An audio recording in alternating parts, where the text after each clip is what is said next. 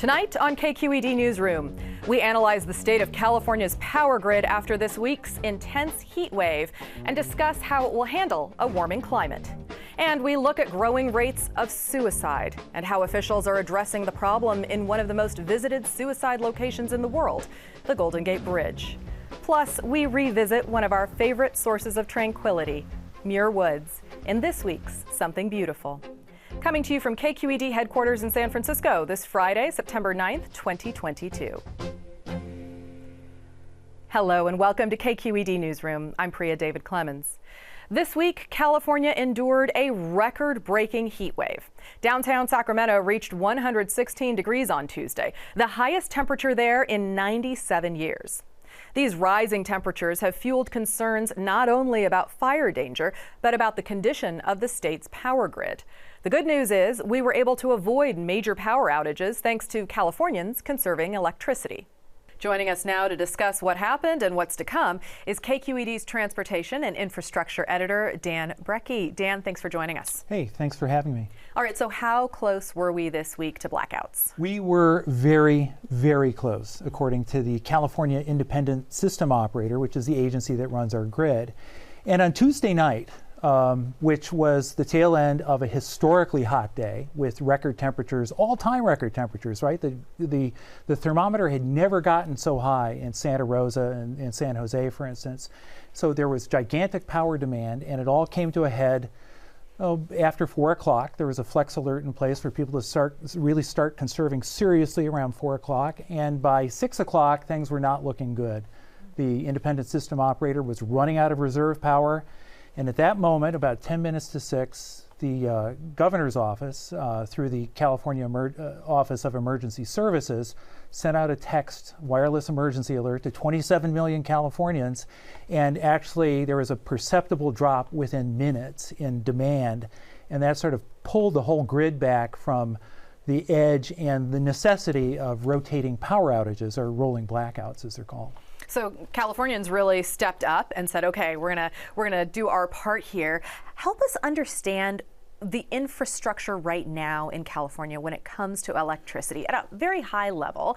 What do we have and how do we distribute it? It's a real mix. The part of the infrastructure I think we talk most about is renewable energy.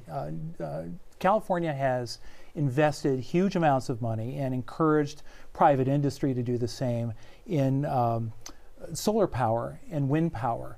But it's a complex mix of solar, other renewables, along with natural gas, which is a major source, probably the biggest single source of power, natural gas-powered fire plants, natural gas-fired power plants, imports from other states, hydroelectricity, and so it's a dance being managed by this independent agency to try to make all of that work. All right. And do we have a pretty robust system for our weather patterns in the past, but we're seeing that we're pushing up against the limits now and we need to change things for the future? Well, you know, here's the issue, is that we are in a transition. And if you talk to anybody, any of the independent energy experts like Severin Borenstein at the University of California, Berkeley, you hear what the governor says, or you talk to the independent system operator, we're in a transitional period where we're shifting very strongly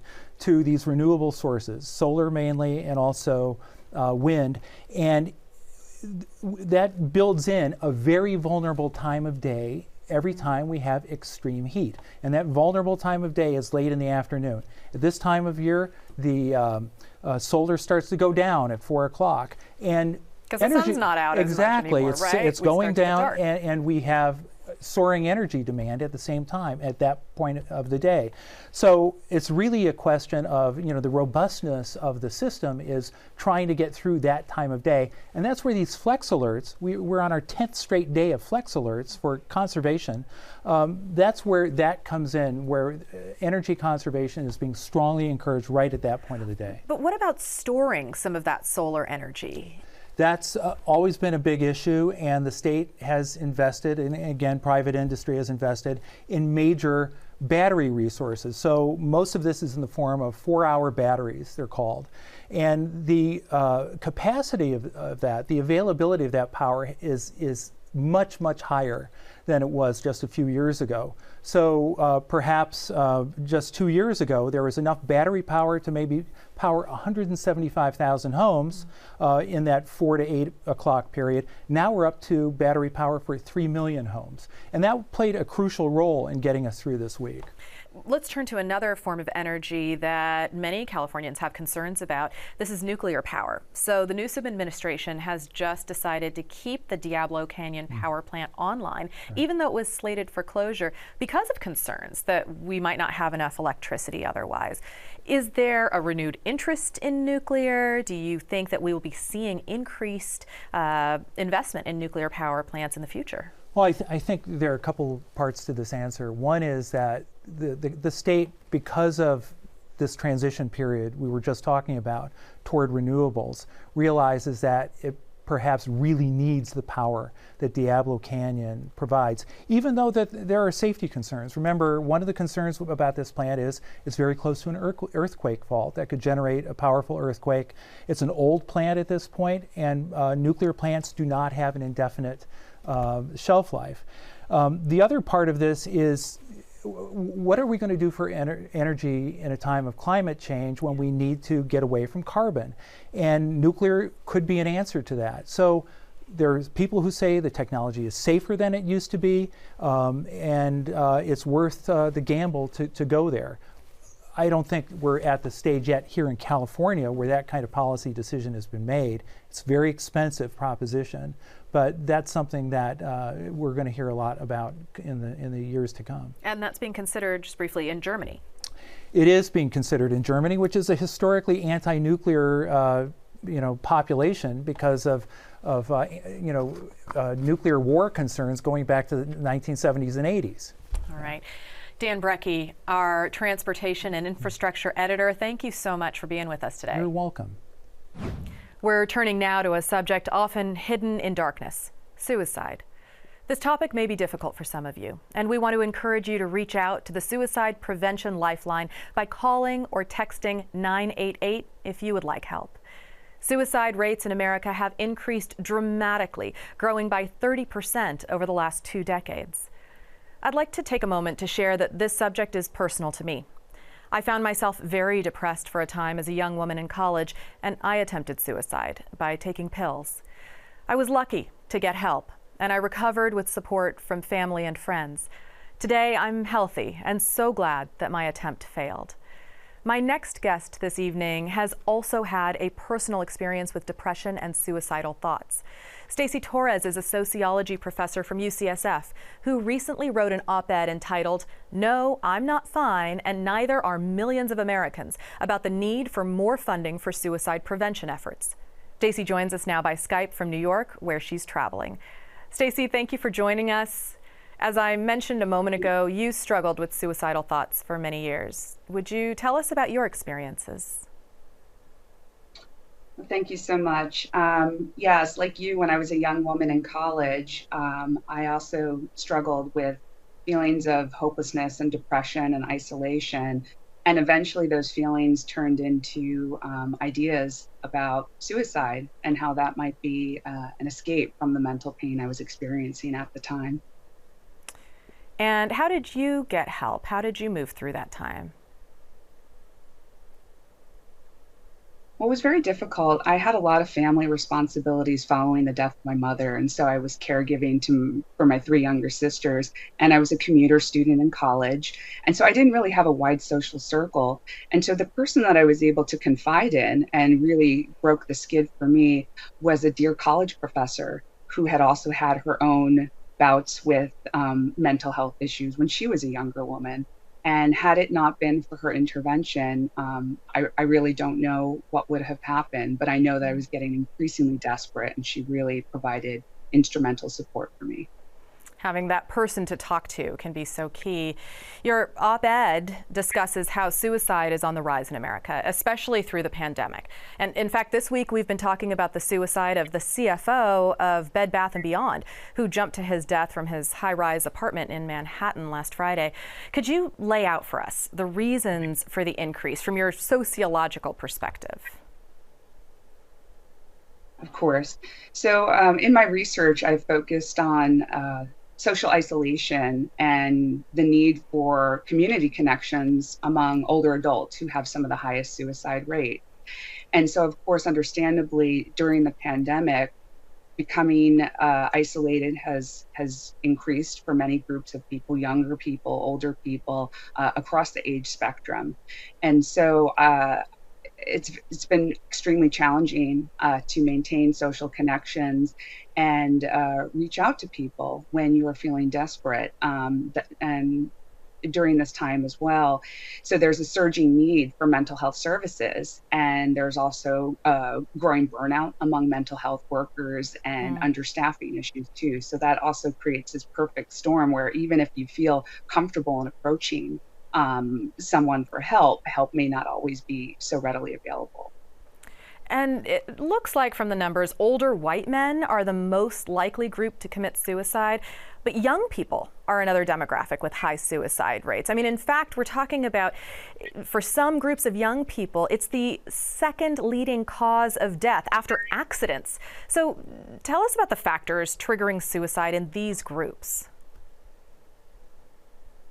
Yeah, so for younger people, their rates have been increasing, and they actually have among the highest rates of visits to emergency departments for self-harm. So this is definitely a trend that is not going in the right direction.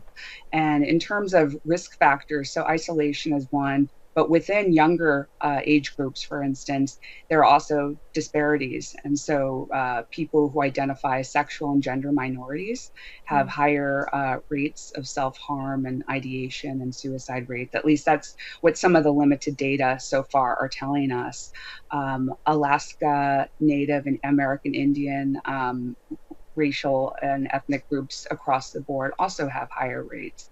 And living in rural areas is also a challenge for people to get services, and that's across different age groups, but among younger people as well, in terms of services that are available or not available. You know, you just have these wide, vast stretches of open land where it's not always so easy to make those connections that can interrupt, let's say, a suicidal process in motion.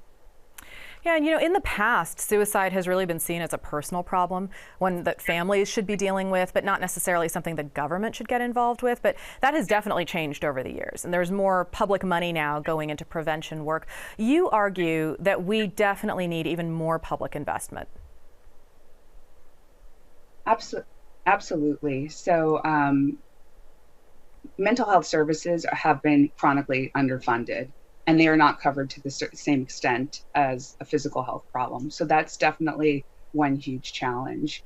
Another challenge is just, chronic underfunding in many of our public health systems, and especially mental health. And so, for instance, in the op-ed I wrote, I talk about the rollout of this 988 number. And so the National Suicide Prevention Hotline transitioned to a 988 number, which is wonderful because it increases the accessibility of the number for people who don't have to strain to remember, a longer digit number to get help.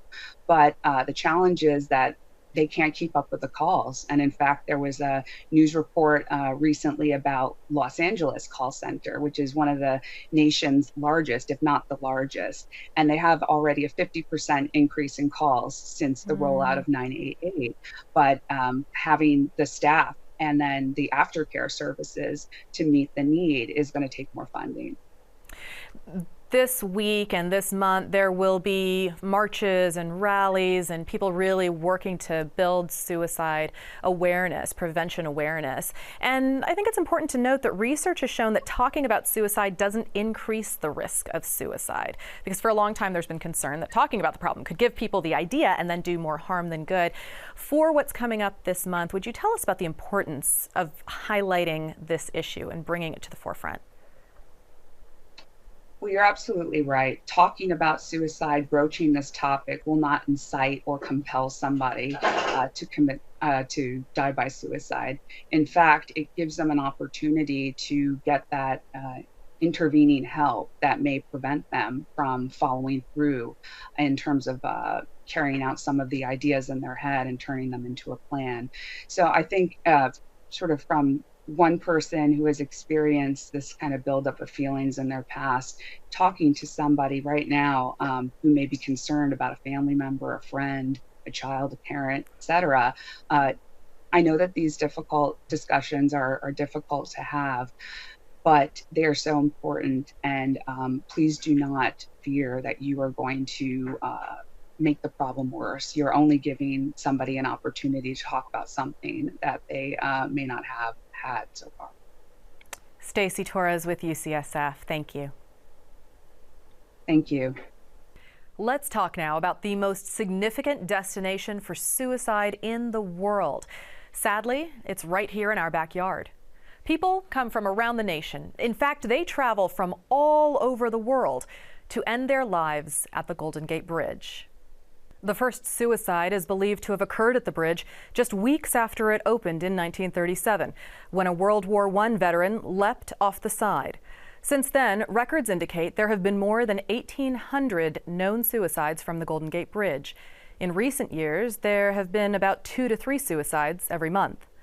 Bridge engineers have designed an innovative stainless steel mesh net to deter people from jumping. The net is currently being installed and is expected to be completed next year. Joining us now are 2 people who have been very involved in this effort. Manuel Gamboa lost his 16-year-old son Kyle to suicide at the Golden Gate Bridge. He's been an advocate for suicide prevention at the bridge ever since. And Denis Mulligan is the general manager and CEO of the Golden Gate Bridge Highway and Transportation District. I have one more disclosure tonight for our audience. I used to work for the Golden Gate Bridge District as the Public Affairs Director, so I am very familiar with both of our guests, the problem, and the net. Manuel and Denis, thank you both for being here today. Appreciate it. Thank you, Priya. So, Manuel, let's start with you. Can you tell us about your son Kyle and the day that he went to the bridge? Yeah, that was September 20th, 2020. This month will be 9 years. We didn't know what his intentions were. He was supposed to be going to school.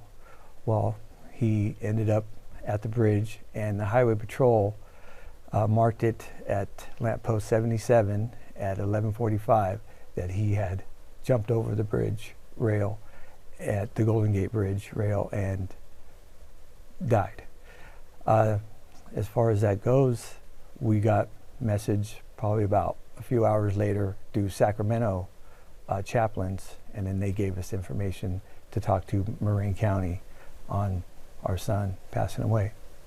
Had you had any indication that he was depressed, that he was contemplating suicide? None. He wasn't mentally diagnosed. He didn't show none. What you just said, what you just asked me.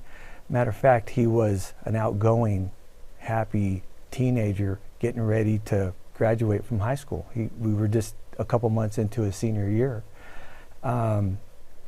I always say if he wasn't the most popular kid in his class, well, he was right there with the group. You know, he got his license first. He was able to drive and just the cool kid. And so he was very athletic, you know, starter MVP of his basketball team. Baseball, you know, not a starter, but player, soccer player. And so there was no indication whatsoever. Since that happened 9 years ago, you and or your wife have been at every single Golden Gate Bridge board meeting advocating for the net. Tell us about why this net has been so important to you. To save lives, to have people, loved ones, relatives not go through the pain and not go through the hurt or the unknown of somebody going there and taking their life, or having a bad day and, you know, taking their life. That was always been our main message, is to let's make this a safer place. If there's something going on that's wrong here, well, let's make it right. And I did at the end on our first meeting say, well, I will be here at every meeting if I have to, just to remind you and to introduce you to my son, and just to get this going. Yeah. Denis, I feel like it has definitely been the work of advocates over the decades that have helped move this along to the point where the Golden Gate Bridge is now installing a suicide deterrent. Could you talk to us about the work of advocates, the importance of that work, and how public opinion needed to shift? Sure. I strongly believe we would not be constructing the net today but for the advocates. Early on, the advocates reached out. They started meeting with policymakers and sharing with them the importance of this project. Another thing happened during this time period, and that is our perceptions of suicide and our willingness to talk as a community about mental health have changed. And so, 20 years ago, people didn't talk about mental health like they do today. But suicide is on the uptick. And so our board of directors reflects the broader community. There was, I think, a fundamental shift where they realized this is a problem that we can fix. We as a community have a duty to everybody to help them get through those tough days so they can go live a long and productive life. And so the advocates spent the time, they spent the effort, and like any big project, that's vital, and that makes it happen. And tell us about the design itself, this kind of almost invisible net that is going to be running the length of the bridge on both sides, and how this design was chosen. Sure.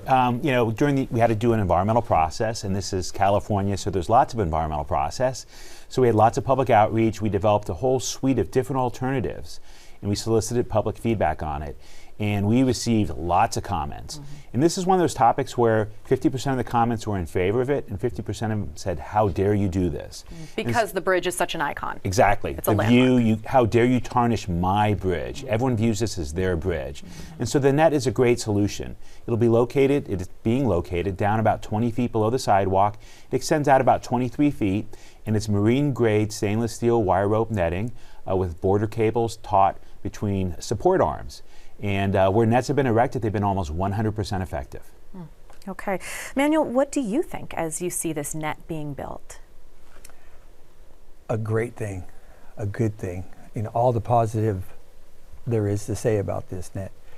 Like I said, I believe that day, if Kyle would have seen this net there, it would have gave him the hope that he needed. It would have, I just learned this word today, it would have interrupted his day. It would have stopped what he was doing, and he would have carried on. I don't want to go any further with that because I don't know what would have happened to him, but I know that he would not have passed away at that Golden Gate Bridge that day if this net was there or something else was there. But knowing now that they had this planned, that if that was there, it would have saved his life. So now that's the message in the future. It's going to save lives. It's going to prevent a lot of people, like I say, that feel the way I feel. So it's a positive thing. So Denis, the net isn't 100% effective, or at least it's not supposed to be 100% effective. It would be great if it is. What happens when people come if they choose to jump into that net and continue to try to get off the side? So at most locations nets have been constructed, no one's even jumped into it once. But this is California, this is the Bay Area, so we anticipate we will have someone jump into it. There's one location where that's happened. And so we're working with first responders nearby. So our board of directors last month authorized spending money to modify the Southern Marin Fire Department's training facility to put a piece of handrail in, and then below that a piece of net. So Southern Marin Fire, San Francisco Fire, and other first responder agencies can go out on the net and rescue somebody. And these are the same people that do these rope rescues on the cliffs today when hikers get in trouble by Sutro baths or in the Marin headlands. And so they have expertise, but they'll be able to train on a replica facility.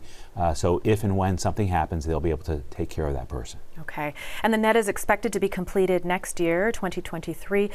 Manuel, what do you think it'll mean for you when you're able to walk out onto the sidewalk and know that the net is complete? Well, you pretty much took a quote from when they did the vote to find the funding and get going with this. I wasn't really happy. I walked out and a reporter came to me and said, "How do you feel about this? How do you feel?" And I said, you know what, until I could be at the lamppost 77 and look over to where possibly my son would have looked over and carried on with his life, hopefully when I could do that and see that, then I will be happy and you know, it will be a soothing feeling. You know, I can't have my son back, but we can save lives and make that bridge a safer place. And, you know, like we're talking about, this is an iconic bridge.